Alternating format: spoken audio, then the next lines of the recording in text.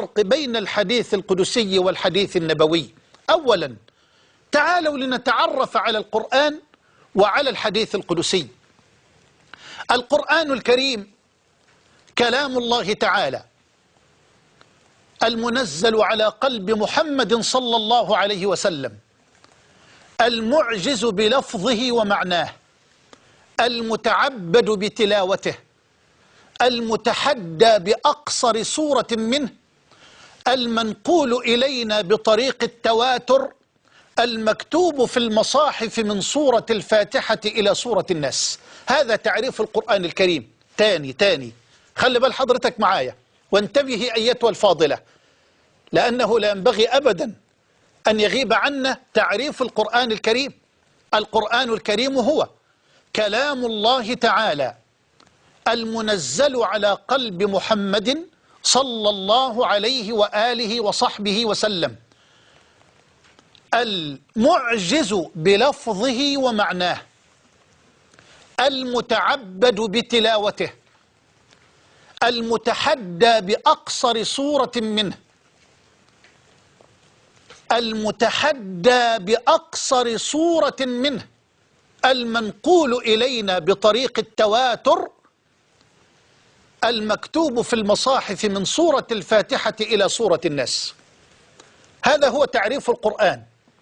يشتمل القرآن الكريم على 114 سورة، 114 سورة، تتكون من 6236 آية، 6236 آية بعد الكوفيين، و6666 آية بعد غير الكوفيين، وهي كالتالي: الأوامر 1000 آية، النواهي 1000 آية، الوعد 1000 آية، الوعيد 1000 آية، القصص والأخبار 1000 آية، العبر والأمثال 1000 آية، الحلال والحرام 500 آية، الدعاء 100 آية، الناسخ والمنسوخ 66 آية.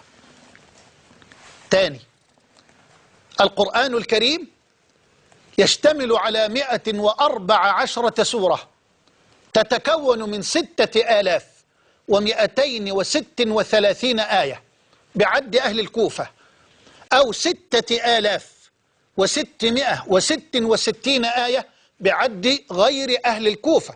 وهذا الفارق في عدد الآيات ناتج عن اختلافهم في ترقيم الآيات أو احتساب هذه آية، أو يقسمون هذه الآية إلى آيتين. فمنهم من يرى غير المغضوب عليهم ولا الضالين يعدها آية، ومنهم من يرى غير المغضوب عليهم آية ولا الضالين آية. ومن هنا ينشأ الفارق بين أهل الكوفة وغيرهم في عد آيات القرآن الكريم. فغير أهل الكوفة يقولون القرآن يشتمل على 6666 آية، هي الأوامر 1000 آية، النواهي 1000 آية، الوعد 1000 آية، الوعيد 1000 آية، القصص والأخبار 1000 آية، العبر والأمثال 1000 آية، الحلال والحرام 500 آية، الدعاء 100 آية، الناسخ والمنسوخ 66 آية. القرآن الكريم كنز حقائق، كنز معان،